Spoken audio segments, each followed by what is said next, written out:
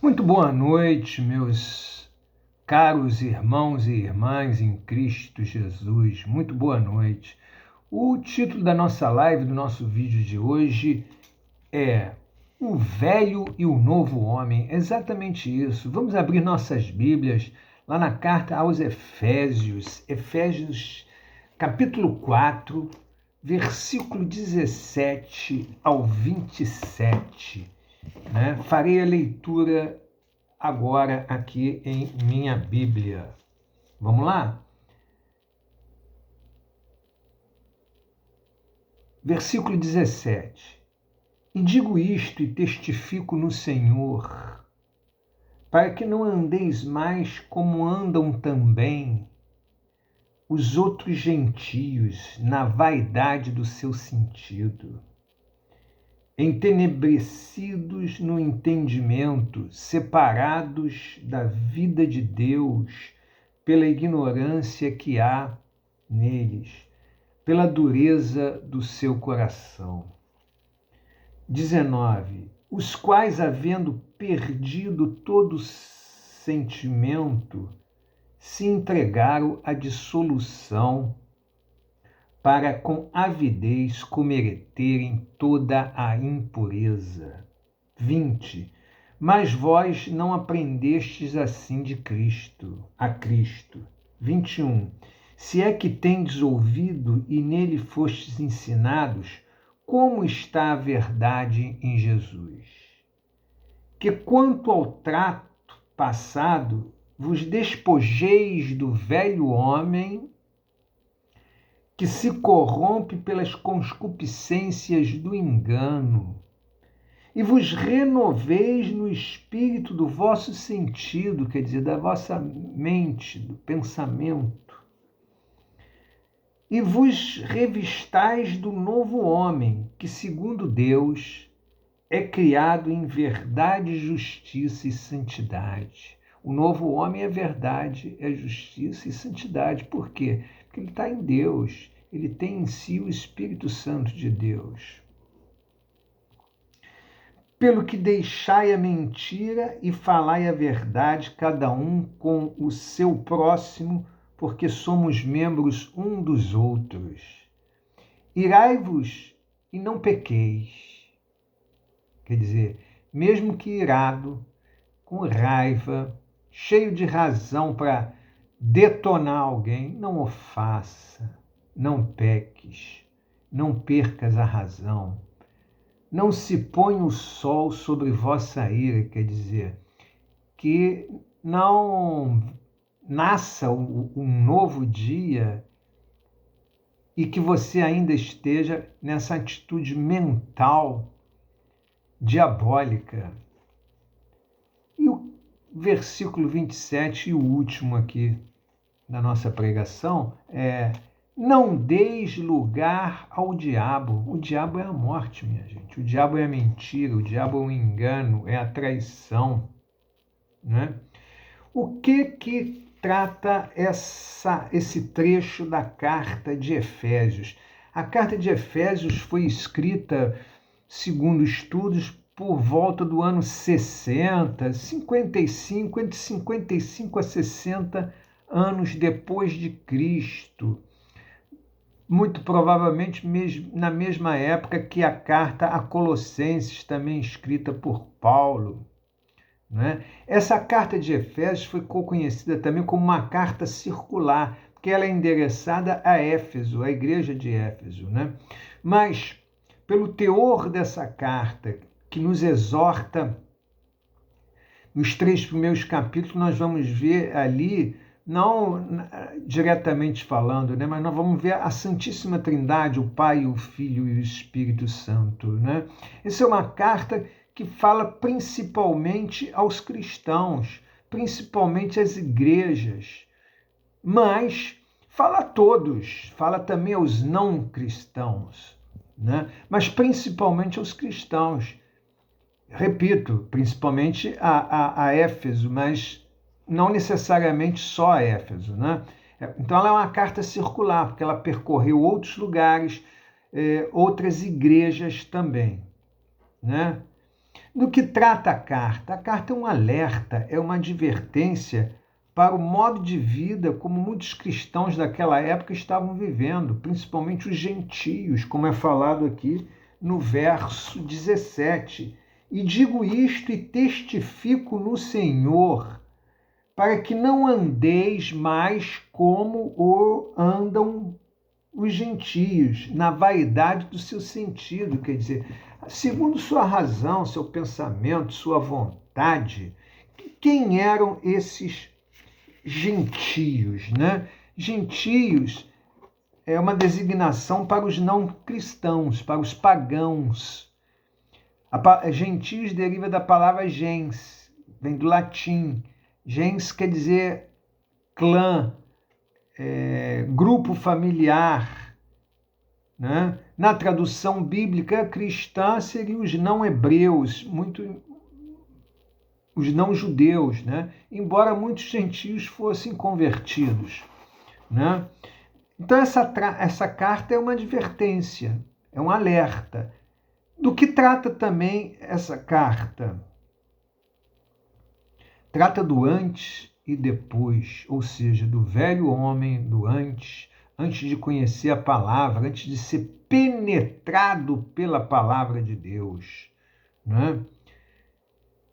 E o depois, né? Quando você nasce de novo, você é um novo homem que tem o Espírito Santo, que tem Jesus Cristo, que vive segundo a palavra de Deus, né? Que procede, que busca a santidade. Esse novo homem, ele busca a santidade, né? Essa carta fala disso, né? Da busca da santidade, que é um processo diferenciado para o ser humano, né? Por que diferenciado? Porque algumas pessoas terão esse entendimento mais rapidamente, né? Nascerão prematuramente, no bom sentido, né? Nascerão mais rápido, vamos falar assim, porque prematuro vai designar antes do tempo, né? E, segundo Deus, perante Deus, nada é antes nem depois do tempo, é no tempo. E cada ser humano, cada pessoa tem o seu tempo, o seu próprio tempo, não é? Daí alguns serem mais rápidos, outros mais lentos no entendimento, no discernimento dessa palavra, né? Não é verdade? Então é disso que trata a nossa carta aqui, né? Eu estou aqui, essa live é um ensaio para uma pregação, daí eu tá sem pudor nenhum e sem constrangimento, tá colando aqui, tá de olho aqui nas minhas colinhas aqui. Colinhas não, são observações de um breve estudo que eu fiz, né? Então, vamos lá? Se você observar do verso 17 ao 19, ele fala da felicidade sem a graça, sem Cristo, quer dizer, o antes. Do verso 20 ao 22, é um questionamento que Paulo faz sobre a possibilidade da felicidade sem Cristo. Alguém pode ser verdadeiramente feliz? Alguém pode verdadeiramente viver em santidade, andando segundo os costumes do mundo, segundo os costumes dos gentios? Complicado, né? Muito complicado. 23. E vos renoveis no espírito do vosso sentido, diz lá. E renoveis no espírito do vosso sentido. Aí Paulo, no verso 23, dá a cereja do bolo, né? Ou seja, e vos renoveis no espírito do vosso sentido, quer dizer, do vosso pensamento, da vossa mente. Mude o seu pensamento, que mudarão seus sentimentos, que mudará a sua vida. Correto? E do verso 24 ao 27, Paulo nos exorta a deixar sentimentos e pensamentos que não estão de acordo com o Espírito. Espírito aí em letra maiúscula, né? É Deus, né? é a terceira pessoa da Santíssima Trindade. Daí eu ter falado há pouco que a carta também nos exorta a uma reflexão, né, desse Deus trino, que é Pai, que é Filho e que é Espírito Santo, mas que é Deus apenas, um só. Né? E aí, continuando,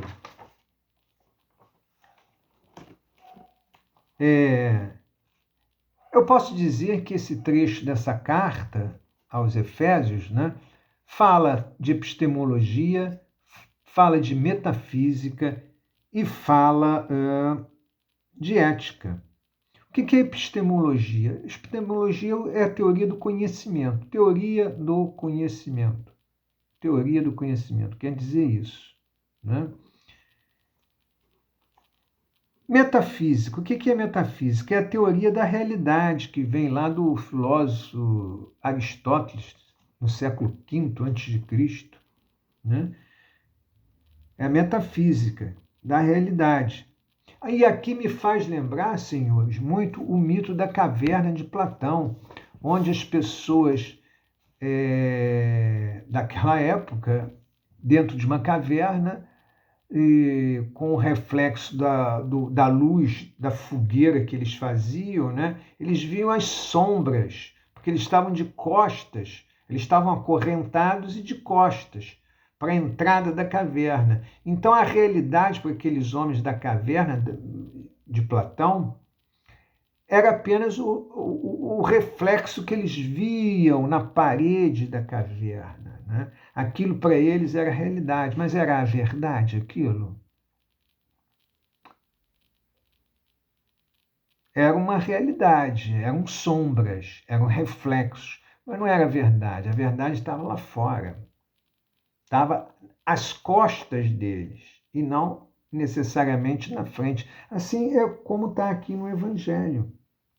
Né? Vivemos uma vida hedonista que busca prazeres, vivemos uma vida do engano, engano de diversas formas, vivemos uma vida onde somos enganados na própria escola, onde a escola, através de suas disciplinas, de suas matérias, matemática, língua portuguesa, língua estrangeira, geografia, ciências, química, história, biologia, né? Não ensinam, não falam sobre o Cristo. Né? Não falam. Principalmente história. Né? Quem é que vai ensinar o início do mundo, do planeta, né? Segundo o criacionismo? Nem as chamadas escolas confessionais católicas e até mesmo evangélicas, né? Ensinam dessa forma. Então, uma deturpação da realidade, assim como aquele reflexo lá na parede da caverna, à época de Platão. Né? Quer dizer, anterior à época de Platão. Né? Assim somos nós, né? Estamos alheios, estamos de costas para a verdade. Quem é a verdade? É Jesus. A graça é o Cordeiro que veio tirar o pecado do mundo. Essa é a verdade. E nós estamos de costas, principalmente nesse mundo de hoje, nesse mundo atual aí. Né? Aceitamos o que nos é ensinado nas escolas, nas universidades, assistimos noticiários vis, assistimos novelas, assistimos programas, assistimos Big Brother, enfim, assistimos tudo aquilo que é gentio, tudo aquilo que é pagão, tudo aquilo que é alheio à verdade, que é Cristo, que é Jesus. Né? Estamos de costas, assim como lá na mitologia platônica da caverna. Né? Por isso que eu digo que essa carta também fala de metafísica. Né? E essa carta também fala de ética. Essa carta também fala de ética. O que é ética? Ética é a teoria da obediência. Né? Em filosofia, nós temos essa ética invertida, né? Porque obediência é chato, é careta, obediência é para escravo, obediência é para idiota, obediência é para as pessoas alienadas, não é? Nós temos que desobedecer a palavra de Deus, desobedecer as autoridades, desobedecer os professores, desobedecer os pais, desobedecer as autoridades eclesiásticas, não é? A onda do mundo é a desobediência. Aliás, não é dessa época, né? Lá há séculos atrás, há milênios atrás, né, teve um casal chamado Adão e Eva também, que viviam num paraíso criado por Deus para eles viverem em vida eterna.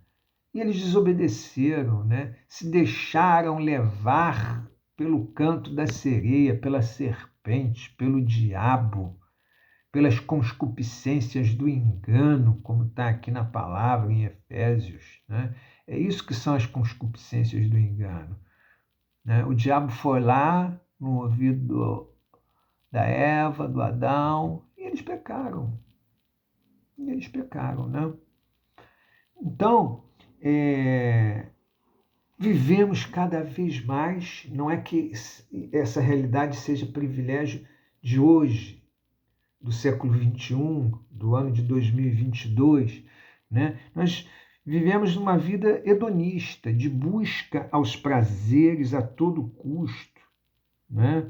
Prazeres dos mais diversos, glutonaria, por exemplo, ninguém fala nisso, né?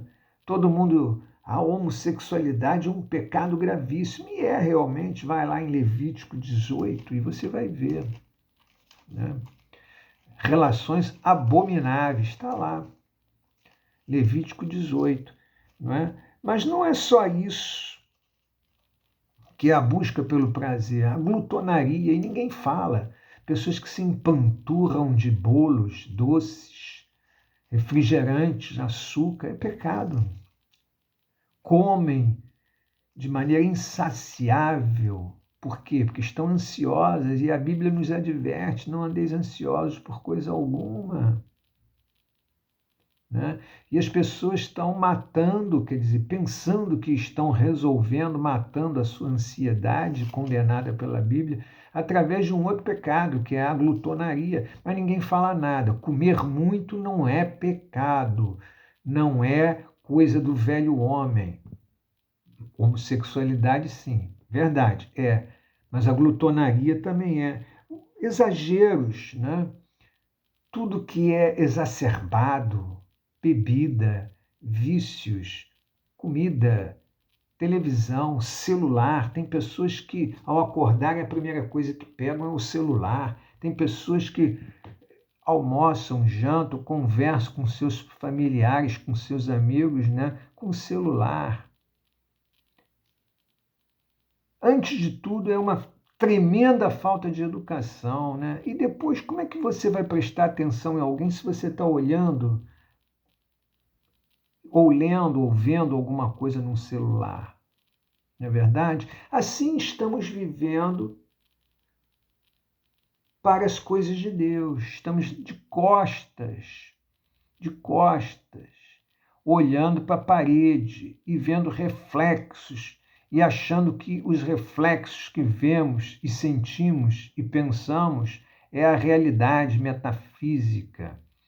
Mas não é essa a realidade, né? E aí criamos uma teoria, criamos uma ética da teoria da desobediência, quando ética verdadeiramente é a teoria da obediência, é a teoria do novo homem, e não do velho homem. Entenderam? Então, meus amigos, é com tristeza que eu percebo que muitos cristãos e até igrejas vivem sem Cristo, cristãos sem Cristo, igrejas sem Cristo, né? Igrejas que pregam a prosperidade, pregam a abastança como sendo objeto direto da realização plena do homem, né? Como se o novo homem é aquele que tem êxito financeiro, né? E não, pode até ser, mas muitas vezes esse novo homem não tem êxito financeiro, é um homem que vive em simplicidade, em humildade, com recursos parcos, não é? Mas é feliz, transborda de felicidade, transborda de espiritualidade, vive a palavra de Deus, colabora na construção desse reino, ajuda seu próximo, ama a Deus acima de tudo e ao seu próximo como a si próprio, não é? É aquele que entendeu, discerniu o que está lá em João 15, 16, 17, 18. Vamos lá no Evangelho de João. Vamos lá, Evangelho de João aqui, vamos lá. Achar aqui. João. Ai, meu Deus, está em Marcos, Lucas.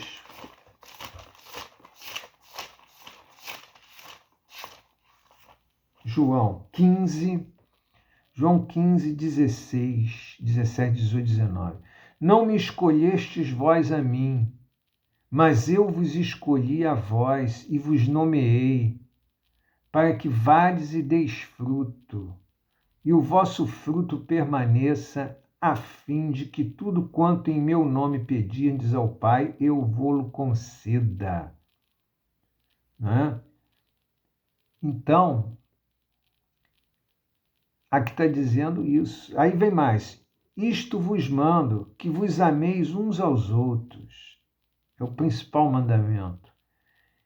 Se o mundo vos aborrece, sabei que primeiro do que a vós me aborreceu a mim. O mundo aborrece para o verdadeiro cristão, para aquele que nasceu de novo, para o novo homem. E aí esse mundo vai aborrecer, porque aborreceu primeiro a Deus, a Cristo, né? E foi Ele que te escolheu. E por isso, esse mundo aborreceu primeiro a Deus, pelo pecado, pela iniquidade humana, né? E esse cristão que é nascido de novo vai se sentir extremamente aborrecido nesse mundo, minha gente. Extremamente.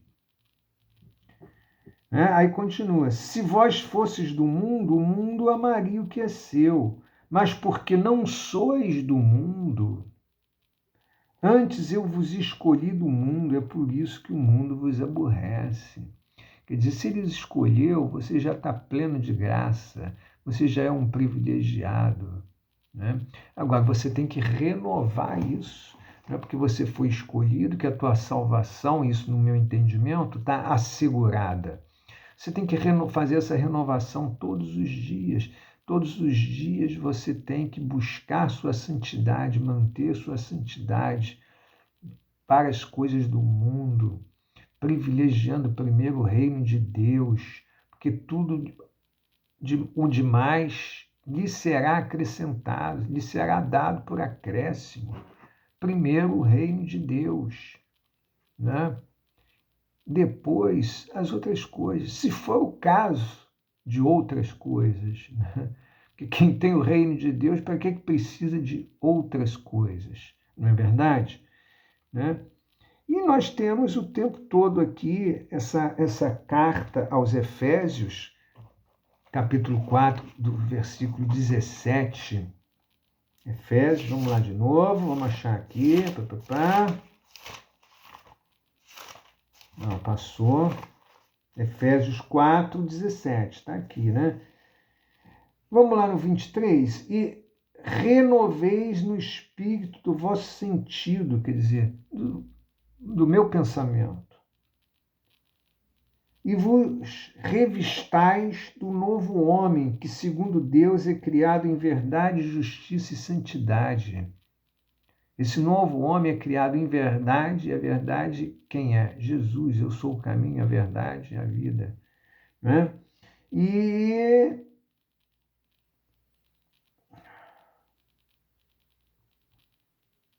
nascido em verdade, justiça e santidade. Pelo que deixai a mentira e falai a verdade.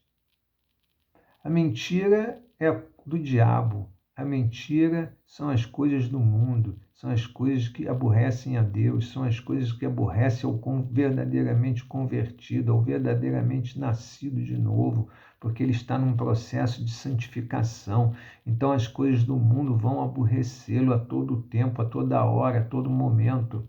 Não tem como, não é?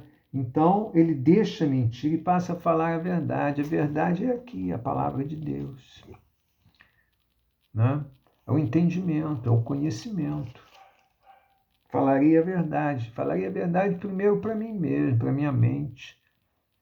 E ao falar para mim, e ao estar convertido, e ao estar nascido novamente, né? Falaria essa verdade a outros. Né? Eu não preciso ser um santo, aliás, eu nunca serei um santo. Santo é ele é o único santo. Né? A ele seja dada toda a honra, toda a glória, porque só ele é santo.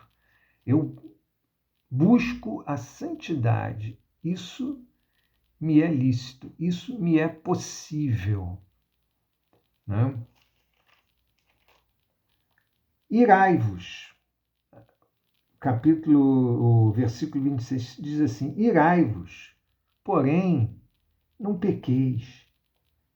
Não se ponha o sol sobre a vossa ira, quer dizer, que não comece um outro dia e você esteja ainda naquela vibração mental negativa, naquela vibração mundana, naquele pensamento distorcido, naquele pensamento diabólico, naquele pensamento que vai matar você, que vai deixar sua mente confusa, não é? Vocês querem ver uma coisa que até via me fugindo aqui nessa pregação? A música, né? Hoje praticamente, né? Até não vou falar de música gospel, não. Vou falar da música do mundo, né? Existe música do mundo boa, existe música do mundo que eu diria que é de Deus até. Existem músicas do mundo que são diabólicas. Infelizmente, a maioria das músicas do mundo são diabólicas, principalmente no momento atual, onde tocam 3 ritmos. Um funk, muitas vezes com palavrões e baixarias, um pagode que não é pagode, também cheios de sentimentalismos, hedonismo, um besterol, e um forró também, né? Cheio de apelos de concupiscências carnais, de concupiscências do engano, que são mais mentais. Né? E é muito perigoso, por quê? Porque a música são ondas que os nossos olhos não enxergam, mas que estão aí, são ondas, elas são matéria, elas se propagam no espaço. Nós não podemos esquecer que a Bíblia nos diz que os principados e potestades estão ao derredor da terra. Essas vibrações lindas, musicais, que os gentios de hoje escutam, não é que estão aí atraindo esse principado e essas potestades, né? Como um imã, né? Tocando aí nessas caixas que você compra aí na Casa Bahia, a perder de vista, que eu chamo de caixas do diabo, que estão aí a todo volume, e nós cristãos, e nós cidadãos do bem, e nós pessoas que nascemos de novo calados, com medo. Não devemos ter medo, senhores. A coragem é um atributo de Deus. A coragem é um atributo de Jesus, do Filho de Deus. A coragem é um atributo do Espírito Santo de Deus. A coragem é um atributo daqueles que nasceram de novo, em verdade, em espírito e em santidade. Né? Quem tem Deus, quem é nascido de novo, não pode ficar com medo dessas caixas do diabo, né? Existe lei. Faça-a cumprir. Una-se ao seu vizinho que pensa igual a você. Una-se aos irmãos da igreja. Né? Existe lei. E nem vou falar aqui nessa pregação da questão política, né? Porque é polêmica, ela é difícil, se eu falo aqui em política, vou agradar alguns e desagradar outros, né? Mas que possamos buscar também